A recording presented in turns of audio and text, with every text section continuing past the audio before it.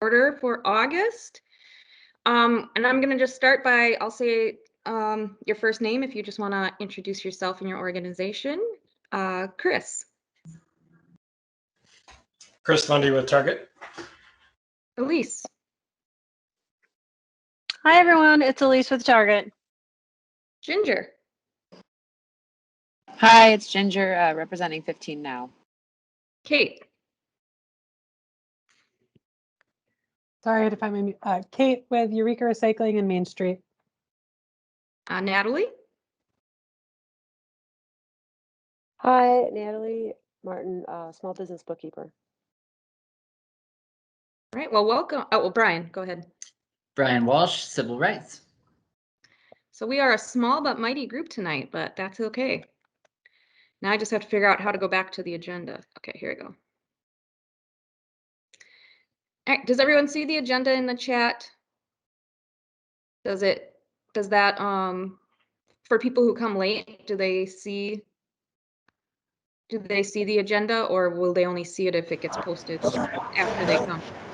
Oh.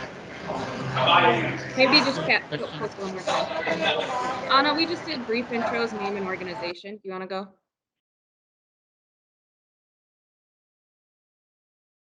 You're on mute.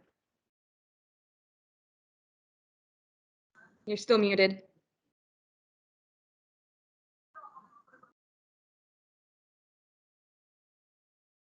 Well, Anna from Fair State Brewing, did I do that okay? All right. We'll have, oh, there you go. And now you're muted again.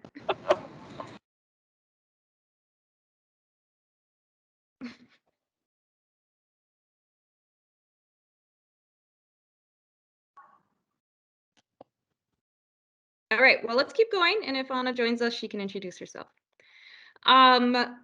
So the first thing on the agenda is an update from Brian, and it looks like some exciting updates. So go ahead, Brian. Yes, we have a new investigator who has been hired, onboarded, and I'm really excited. She has some experience at the EEOC and then also went and got her second master's degree from the Humphrey School at the University of Minnesota. She was going to join, she wanted to join this month our meeting so that she could say hello to everyone else. I actually told her to come next month. I was guessing that this month would be a little quiet. It's August, it's the dog days of summer, and a lot of people are on vacation and otherwise busy and whatnot. But she is looking forward to meeting you all, and so she will plan on coming to our next WAC meeting in September. And then the second thing, which it's on the agenda, I might as well dive in. I just wanted to point out, because I think it's been quite a while since I pointed this out, some of our enforcement data that we have updated in real time or close to it in real time and is publicly accessible, public facing on the city's website. I just wanted to point out to everyone, I won't go through it blow by blow because there's a lot there and I could take up a lot of time. But I'm going to share my screen if you don't mind, Chelsea, and I can just navigate to it so that you can, at your own leisure or for other stakeholders who might be tuning in, might be curious to find some of that detail. So this is actually what it looks like, but I will back all the way out. Just again, so that you can understand how to get there. So here, if you just navigate to the city's website, this is what it looks like. This is the city's landing page. If you either at the very top in the general search button or search box, if you search for labor or labor standards, the very first, oh, look it's I was about to say the very first. Here's the second labor standards enforcement dashboard. So you could just click on it that way quickly. The other way to find it is just by scrolling down. So again, you scroll through some of the highlights of what the city is putting out there, and then you scroll past the mayor's office and council and departments. There's some information about the new service center. Down here, city data and maps. The very first is the data source visualizations and dashboards, of which there are many. But if you go to search all, Then again, you could search for labor or labor standards, or you could just filter by the Civil Rights Department.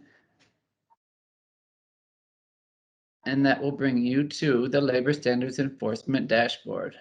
And I just wanted to point this out to everyone. Again, I won't go through it all, but it updates, and it doesn't, it doesn't break down into minute detail, but it gives you at least an overall view. The top half are all of the consultations and questions that we receive. It does give you an idea sort of where we're getting our most questions about. And as you can see, sick and safe time is still kind of the headliner. We still spend a lot of our time in that area compared to other ordinances. And then down here, this is really all of the investigative data. And you can click into these things just real quick. If you, for example, okay, good. If you, for example, click on the first one, filed cases, this will give you a sense of the volume of cases and how it has grown over time. It's kind of interesting to see that it's a pretty steady uptick, or in other words, a pretty steady amount of cases. It's not like it fluctuates wildly from year to year. You can find, clicking across the top, there's a lot of data again in here. For example, this is the last one I'll click on. I won't go through the whole thing, but this is just active right now. And actually, that can't be right. I will have to go back and look, but at least this gives you, again, a sense of where our caseload is coming from and in which areas we're focused. Sick and safe time being the usually being most of our cases, more than half at any given time. And I think right now we probably have more like between 30 and 40 active cases. I don't think that this picks up and actually reports it public facing until we categorize it under one of the ordinances. But anyway, I will back out again and stop sharing my screen. Just wanted to point that out. I know policymakers especially are sometimes really interested in digging into the data and not having to wait for us to report yearly on that very same information. So I just wanted to flag it for everyone. But that's it, unless anyone has any more questions. I would just ask for the folks here, which is a smaller group, but have any of you used this portal for anything?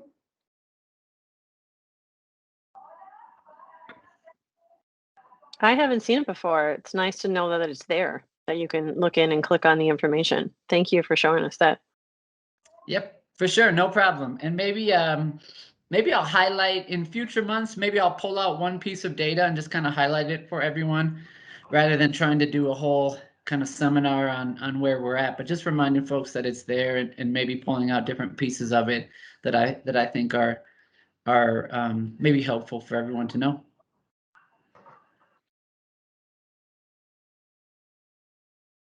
Well, thanks, Brian.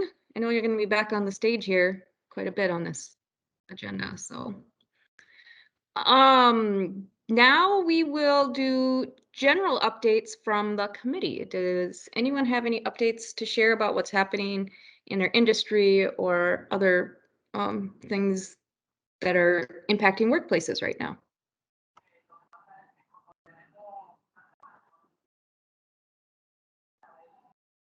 I guess the one thing, this is Elise from Target, I'll share, is that on Friday there was some news that we originally had set a date for our headquarter workers who aren't already down, who needed to be there doing their job in person. And this is not the stores and not our mixing center. But September 20th was the date we had looked at to start our hybrid sort of flex return to office. And we have delayed that. I shouldn't say delay. You can still go in to downtown offices, but only in common areas. So they're trying to avoid large groups on big floors as this Delta variant sort of continues to pick up. So just sort of noteworthy in terms of people downtown, and Target is one of the largest employers downtown anyway. And so kind of notable news coming out of Target last week.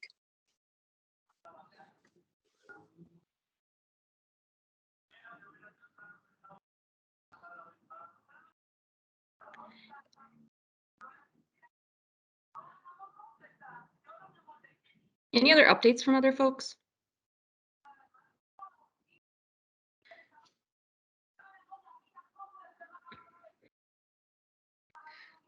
Just the two things that I would say that we're tracking are the sort of employer-based vaccination requirements, and just sort of trying to stay in tune to the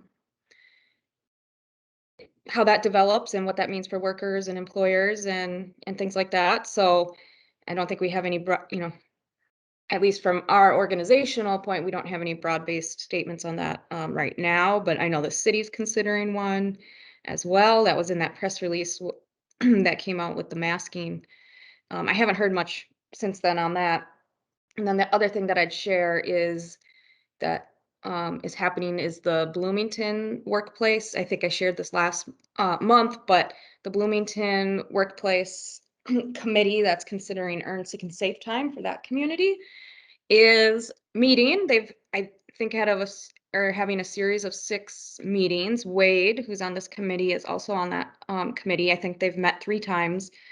They're going to meet 3 more times. And in late August, they're going to do a sort of a panel. I think they learned from Minneapolis that we don't need to do 25 listening sessions, but we do need to do listening sessions. So they're going to have workers come and talk to the panel about what earn, sick, and safe time. Workers and employers both talk to this panel about earn, sick, and safe time and its implications.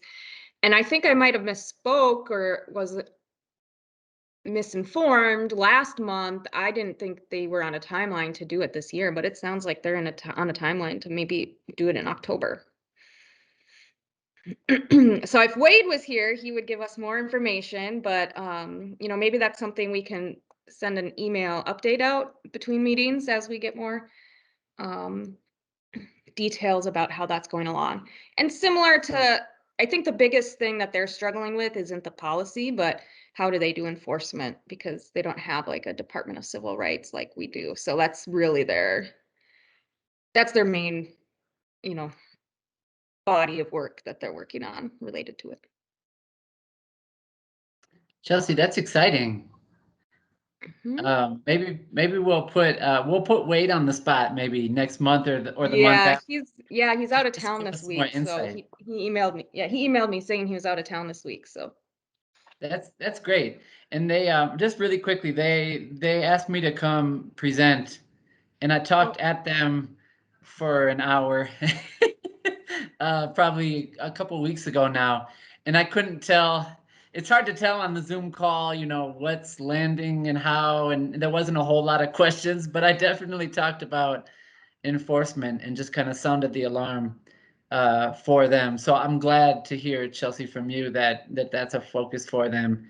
It was cool that Wade was there, and so was Butter Bakery, Dan. He was around the table with also some, I think their city attorney's office and some other folks from Bloomington Chamber of Commerce and some others. So it seemed like they had a good group, and I'm glad to hear that they're moving forward at a quick pace. yeah, unfortunately, I'm not in a position to answer any questions beyond what I shared. So. But if people have questions, I will pass them along and happily bring them back. I'll wait for Wade, or maybe I'll reach out and tell him that we plan on putting him on the spot. I think my question will be for him is how close the policy is likely to mirror that in Minneapolis and St. Paul. Hopefully they don't try to reinvent the wheel and sort of come up with a third version that employers and employees have to adapt to. But that would be kind of the big question that I would have. And not to drone on, the other thing that's happening out there is the essential worker pay, if folks have been following that. And all the various forms of funding that is being paid to both employers and employees, the ARP funding, the essential worker pay. I think Brian Elliott did a good job giving the summary of that. They're supposed to have recommendations by the beginning of September. you know, and then the second round of ARP funding that's going to communities um, is coming this fall yet, I believe. So we're also watching those things and how that impacts our workplaces. Does anyone have questions on those topics? From the business side, what are the main programs that businesses are accessing? I saw those stages, the stage and entertainment money came out. Are there other specific programs like that, or is it general, more general? I mean, I would say businesses still are going to be accessing the federal COVID COVID pay when people are sick, etc. I think we felt like that was winding down, and now we're about to have to ramp back up for that, unfortunately. So I would also just say this is a very Eureka specific update, but I think it's important to share. We had a barbecue 2 weeks ago, and it was so nice for staff morale to connect with people. And now we're having to like reinstate mask mandates and no more meetings. And it's just such a challenge to figure out how to keep your teams connected and keep morale up with this roller coaster.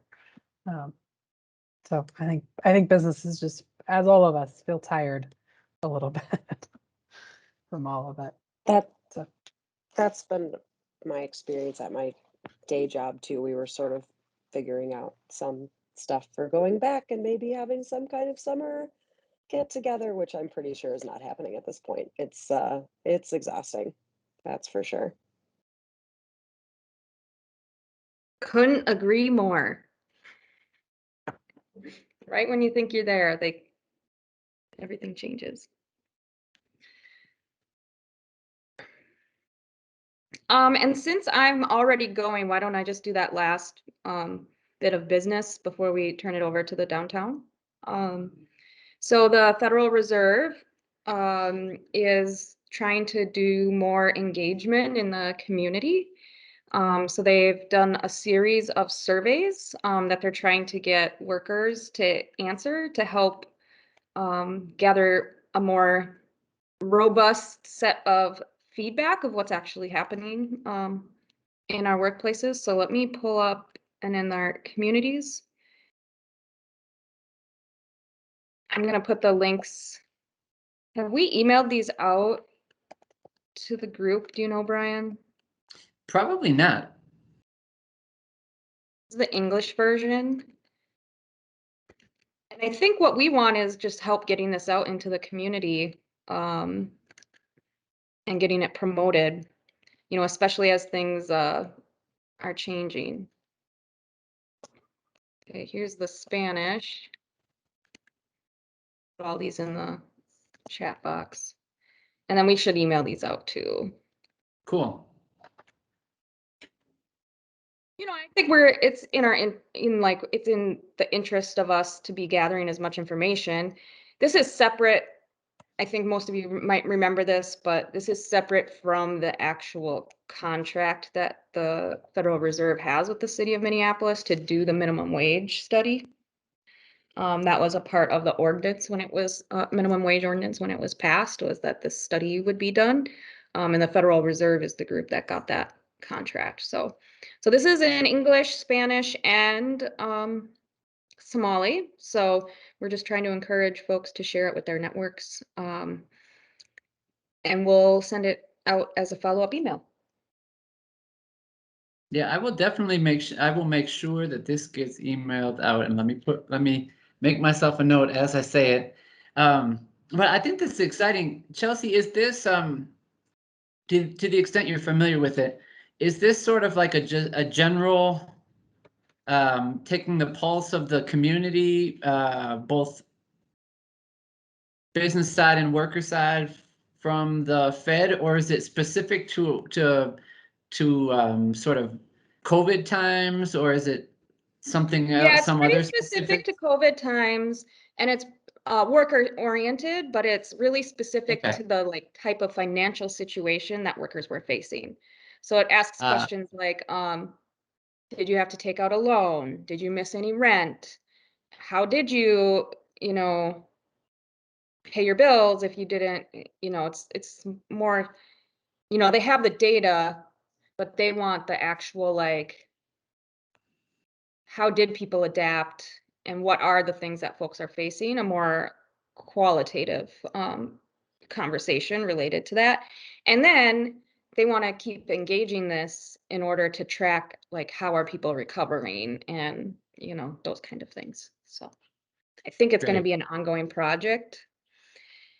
Part of this was sort of doing a trial to see if we could get answers in, because if you could get people to participate, then they could scale this up to be a bigger scientifically relevant or scientifically, I don't know the exact language, I'm not a statistician, Sure. but Right. scientifically relevant set of data. So, but it's going well. I think they've had about 100 people already do the survey, and that's going out to pretty small lists.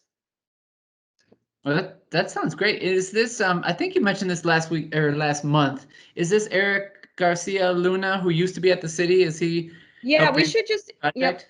yep, he's the one doing it. So we should just probably connect you two generally. Yeah, maybe I will. If you think it's a good idea, maybe I will shoot an email to him, or I'm sure I can Or get I'll hold just of forward, him somehow. yeah, or I'll just do it. Yeah. Yeah, if you could, that'd be great. Maybe I'll invite him to our up to an upcoming meeting to talk a little bit more about his work there and about the survey. Yeah, that's great. I'll just copy you right now so that I don't forget. Cool, thank you. All right, now you've heard enough from me. Has anyone else got any other general updates? Okay, well then I think Brian, you're gonna probably have to close us out here on the downtown workers because you were the only other person that was there, and Veronica is out sick today. Yes, I will keep it relatively brief, which is famous last words coming from me. But yeah, Veronica is out sick today, unfortunately, and I don't see Brian Elliott on the call. But really, the substantive pieces are the things that they both highlighted at our meeting for everyone last month. And we went through them kind of piece by piece. We could certainly stop and examine, or if anyone wants to raise any questions, sort of generally or specifically about any of the 4 recommendations that are on the agenda. And maybe I'll just read them off without going really deep into them. But the first one was recovery of COVID pay losses for essential workers. And that's the piece, Chelsea, that you mentioned. There's been ongoing talk at the state legislature and some money set aside for that purpose. But I think the recommendation from both the downtown workers and then this full WAC voted last month on this to perhaps look at ARP money from that the city will receive, and perhaps looking to put it towards this purpose of, again, recovery of COVID pay losses for essential workers that were out for a week, 2 weeks, 3 weeks, 4 or 5 weeks total, 6 weeks total during the pandemic and weren't paid for all of that time. Again, looking at our essential frontline workers. Second recommendation, workplace rights and compliance training program, looking at more robust training of employers and employees, and perhaps creating a mechanism for employees to contact the city through BTAP or other places to request a training, and then for that training to be provided by the city and perhaps in some way, shape, or form even mandatory.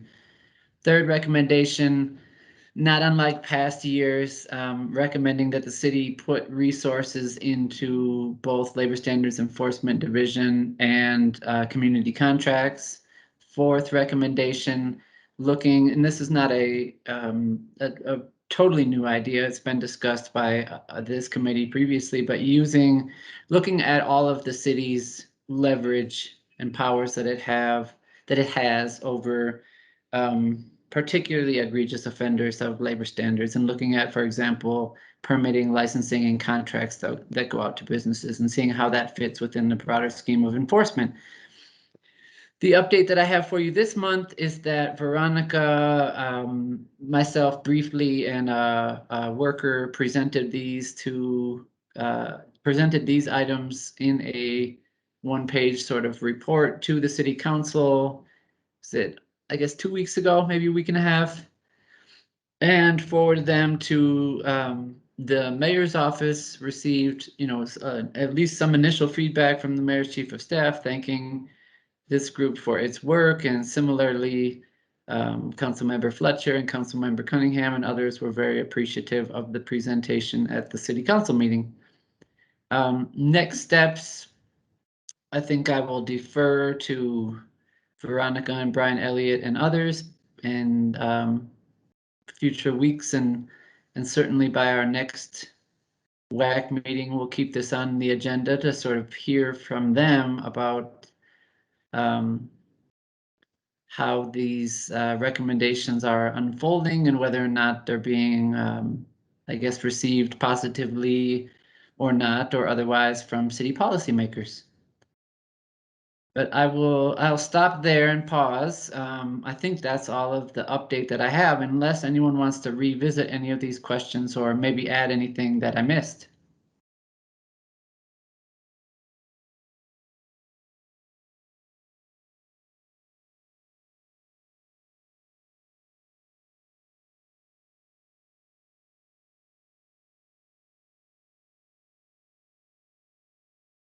All right, well, not hearing any.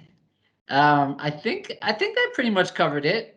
These things are out there. I imagine that, that policymakers will want to hear more about the details of these recommendations from this committee.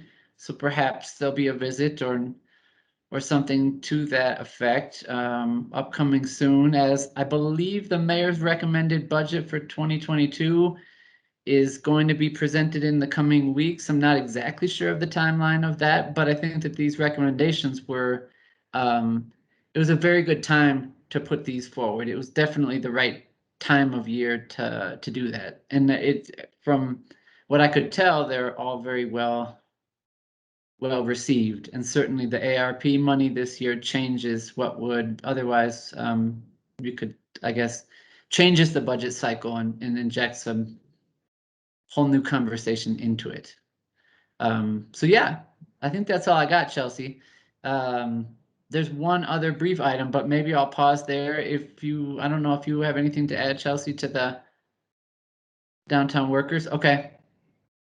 Well, then I'll pause for just a second, make sure nobody else wants to weigh in on any piece of that or add any more context or info. But if not, the only other thing I have for today, for our meeting today, is just to quickly highlight for folks, if you'll remember that everyone is appointed to a 2-year term on this committee, and some appointments are made sort of mid-cycle because we are filling, in a few cases, we were filling a vacant seat, but the term was already sort of midterm, if you will. So we have plenty of time, but in the next probably month or so, the city clerk's office will open the new application for the new round of appointments. They close the application sometime in October. So again, we have some time, and I will flag this again next month. And the application is not particularly onerous, at least I hope that it's not. But of course, you do have to apply if I call your name, and I'll just pull up for myself. Again, these are applications that would be due this fall for the upcoming term that begins on January 1st, 2022. And it looks like the folks that are due to reapply, assuming that they're interested in continuing to serve, would be Anna Schmitz, Madeline from the Advocates for Human Rights, Veronica from Seytoul, May Brooks is due to reapply, Brian Elliott is due to reapply, and Kate Davenport is due to reapply. So again, I will highlight that again. I'll let everyone know again next week and probably, or sorry, next month and probably the month after that to make sure that we get folks reapplied, assuming that they want to. The other piece of that conversation is that there's still a empty, we do have one vacancy for public employee representative, and I should probably follow up with Sarah Maxwell. I thought our problem there was that the link wasn't active to apply. So all these folks that you're talking about right now, they're going to be able to, if they go to the commissions, and that'll be on there. Yeah, it's not live yet, but it will be soon. It should be I think by our next WAC meeting, that application process is going to be open on the clerk's homepage. And at that time, we will be able to recruit both the public employee seat, and then quickly, who else are we Can looking the at? public employee person apply on that portal once it's up? Yeah. Okay. Yes. Yeah, for sure. For sure. It'll be public facing, open for anyone to apply. And we will just be keen on, on encouraging folks to reapply, folks that are already on the committee. And then similarly for the open seat, we'll want to, it looks like we have a latecomer to the meeting. Could be Kate. I saw her go off, and Oh, then she might be coming on a phone. What was I going to say? The public employee, then there's another seat or two that aren't vacant right now, but will be. Joanne Hager was let's see, she must have been in a labor union seat, or no, a worker seat. I'll have to double check that, but she hasn't attended in quite some time, so I'm assuming that we will want to recruit for that seat. I'm pretty sure, I think that was an organized labor seat, but I will double check that. Philippe was the one who recruited that person. That's right. That's exactly right. Then Dana Frank, we will probably want to look at that seat, or maybe I will reach out to her, but I don't think that she will be reapplying. And that was I believe it was a large business seat, or this First Avenue is big but not huge, so I can't remember off the top of my head whether we had that in a large or small business seat, but I think there's some ambiguity for sort of medium to large. So we would want to recruit if anyone can think of any business of any size that's really interested in serving. I think that there will probably be room on the committee. And then who else jumped out at me? That was it. So those 3 potential seats, and then getting folks to reapply. Thanks, Brian, and I apologize I skipped over that on the agenda, but No worries.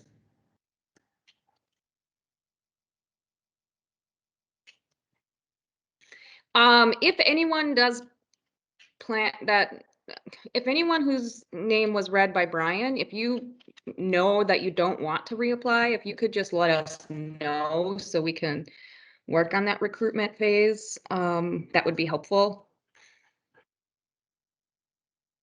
You don't need to let everybody know, but just at least send Brian an email so that we can work on that. Yeah, that would be really much appreciated. Thank you. Well, that's the entire agenda. Does anyone have any final announcements? I think this is our shortest Workplace Advisory Committee meeting ever. It's been a long pandemic. Workplaces have been heavily impacted, so we've had a lot of work to do. So, all right, with that, I guess we will adjourn the meeting. Thank you, Chelsea. Thanks everyone for being here. Thank you. Thanks, Thank you, everyone. everyone. See you next month.